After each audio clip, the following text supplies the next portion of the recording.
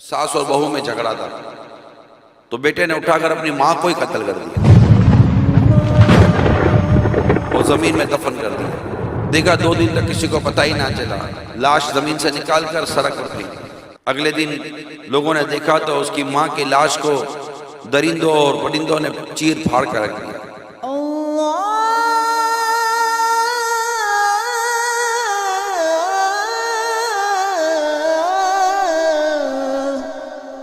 اگر آپ کفار مکہ کے واقعات پڑھیں سنیں اور دور جاہلیت کے جو واقعات پڑھیں سنیں تو یہ بھی ظالم ظلم پر مبنی ان کا معاشرہ تھا۔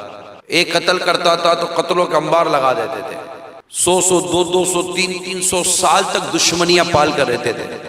بدکاریاں اپنے بام عروج پر تھی، جوا، شراب، بد اخلاقی، چوکوں پر بیٹھ کر آتے جاتے وہ کو چھیڑنا، آتے جاتے وہ پر آوازیں کسنا، ایسا عجیب و غریب معاملہ تھا۔ پھر بیٹیاں پیدا ہوں تو زندہ زمین میں دفن کر دینا۔ ہمارے یہاں بھی بیٹیاں پیدا ہوتی ہیں تو باپ شرم کے مارے سر جھکا کر چل رہا ہوتا ہے۔ ارے خدا کے بندوں، کبھی رحمت کی آمد پر بھی کوئی شرمندہ ہوتا ہے کیا؟ اس طرح کی چیزیں پتہ چلتی ہیں نا تو سوچتا ہوں یار یہ کون سی دنیا ہے، یہ کیسے لوگ ہیں؟ ہم سے تو مرغی نہیں کٹتی یار، یہ بندہ کاٹ دیتے۔ اچھا ہیں کون؟ مسلمان۔ کون ہے؟ مسلمان۔ کلمہ پڑھتے ہیں جی، کلمہ نمازیں پڑھتے ہیں، مسلمان ہیں۔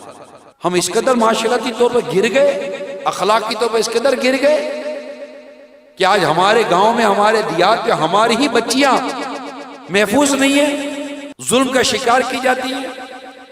کبھی غیرت کے نام پر بیٹی قتل ہو رہی ہے، کبھی غیرت کے نام پر بیوی قتل ہو رہی ہے، کبھی غیرت کے نام پر بیٹا ماں کو جا کر قتل کر دیتا ہے۔ ارے خدا کے بندو، تمہیں قتل کرنے کی اجازت دی کس نے؟ مرنا یا نہیں مرنا؟ مرنا ہے، بے شک مرنا ہے۔ کیا جواب دیں گے؟